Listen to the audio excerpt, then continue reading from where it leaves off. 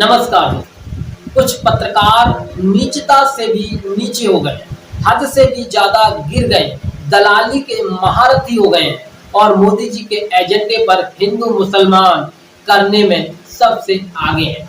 उनमें से कुछ नाम भी हैं, जैसे सुधीर चौधरी, अंजना ओम कश्यप, रूबिका लियाकत और एक ये भाई साहब। इनके बारे में तो कहना ही समझ लो सबसे घटिया बात है। ये इतना घटिया इंसान है कि ये पत्रकारों के नाम पर ऐसा धब्बा है कि प्रधानमंत्री मोदी जी के एजेंडे पर पूरे दिन काम करता है, पूरे दिन विपक्ष को कोसता है। अगर गलती से युवाओं ने नौकरी की बात कर दी तो समझ लो वो युवा भी आतंकवादी हो जाते हैं। इस बंदे की नजर ये दलाल ही नहीं, देश का गद्दार भी है। आज मीडिया की हालत तो सबको पता है, विपक्ष हो चाहे पक्ष, सब जानते हैं कि मीडिया किस हद कब तक गिर चुका है।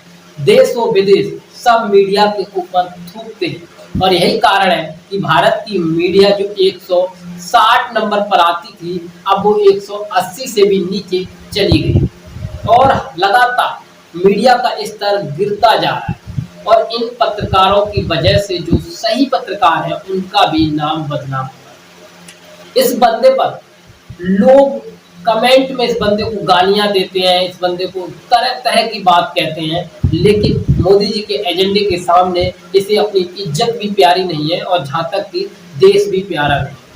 संविधान बदलने की बात भारतीय जनता पार्टी के लोग कर रहे हैं, लेकिन ये पत्रकार इस बात को नहीं मान रहा है। ये पत्रकार कह रहा है कि ऐसा नहीं है, ये तो सिर्फ विपक्ष का एजेंडा है। जब भारतीय जनता पार्टी के सांसद बोल रहे हैं खुलकर कि अगर प्रधानमंत्री नरेंद्र मोदी 400 पार लाने में कामयाब हो जाते हैं तो वो संविधान को बदल देंगे, लेकिन ये जो चाटुकार हैं, दलाल पत्रकार हैं, ये नहीं मान रहे। ये कह रहे हैं कि ऐसा कुछ नहीं है, सिर्फ विपक्ष का एजेंडा है।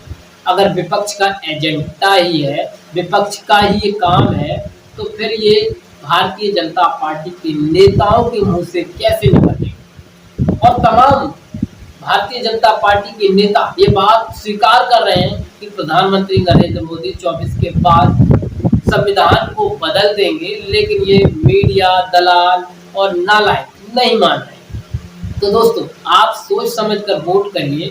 आपका संविधान आपको बचाना है, क्योंकि आपके अधिकार उसी एक किताब के अंदर है और वो किताब अगर बदल जाएगी, संविधान बदल जाएगा, तो आपके हाथ में कुछ नहीं रहेगा। जहाँ तक कि आप अपनी मर्जी से बोल भी नहीं पाएंगे, आपके जुबान पर ताला लग जाएगा, आप गुलाम हो जाएंगे। और जिन्हें लगता है ये ऐसा नहीं होगा, वो देख लें ईस्ट इंडिया को। पहले ईस्ट इंडिया ने ऐसा ही किया था, तमाम राजाओं को अपने बस में लिया और फिर जनता की जुबान पर ताला लगा दिया। और ताला आपकी जुबान पर भी लग सकता है, इसलिए ताला लगने से पहले आवाज उठाना सीख लीजिए, अन्यथा अपनी जुबान पर ताला लगवाएंगे ही लगवाएंगे, अपनी पीढ़ी दर पीढ़ी को भी गुलाम बना कर जाएंगे। गुलाम बनने से बचिए, चाहे किसी की भी सरकार आए, सवाल करिए, सवाल करते रहिए, क्योंकि सवाल ही आपका अधिकार है।